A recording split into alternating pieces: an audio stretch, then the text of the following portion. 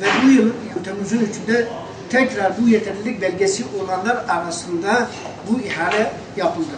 Biliyorsunuz bizim TOK ihalesi, daha doğrusu bir yıl önce TOK ile ilgili bir girişimde bulunduk. Sağ olsun Sayın Valimiz, gelen Valimiz Ahmet Bey bize arazi tesisi yapıldı ve TOK'ya havale etti.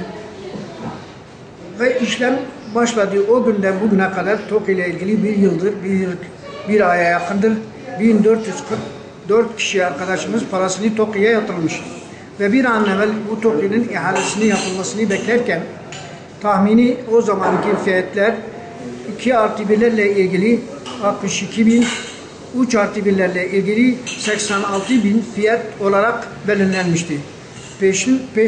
Peşin olarak da ödememiz gerekenler 2+1'ler için 4.000, 3+1'ler için 6.000 olması gerekirken bu şekilde ödemeler yapıldı.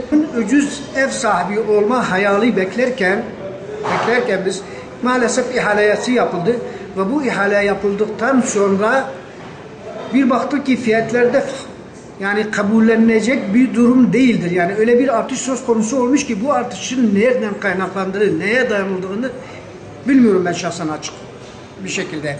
Yani Türkiye'de devalüasyon yok, enflasyon da yok. Eğer varsa da örnek olarak o fiyata ne yansıması gerekiyor? Türkiye'de inşaat birim fiyatlarında bir artış varsa o artış söz konusu olabilir. Onun dışında bir yılda görülmemiş bir zam ile ihale bir firma almış. Yani 62.000 olanlar 90.000'e çıkmış, 86.000 olanlar da 126.000'e çıkmış. Yani burada 80.000 olanı 6.000'i çıkardığınız zaman 126.000'e tekabül ettiğinde %50'lik bir artış var. Şimdi biz ben dernek başkanı ve yönetim kurulumun adına ve bu üyelerimin adına bizim bu şekildeki ihaleyi kabullenmemiz mümkün değildir. Asla ve asla bunu kabul etmiyoruz ve bunun takipçisi olacağız. Bütün var gücümüzle evvela siyasi partilerimizden rica ediyoruz.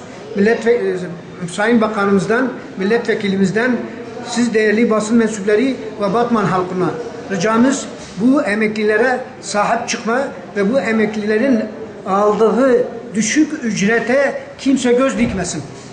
Bundan sonra yapılacak ihalenin bunu dikkate alarak yapılmasını diliyorum.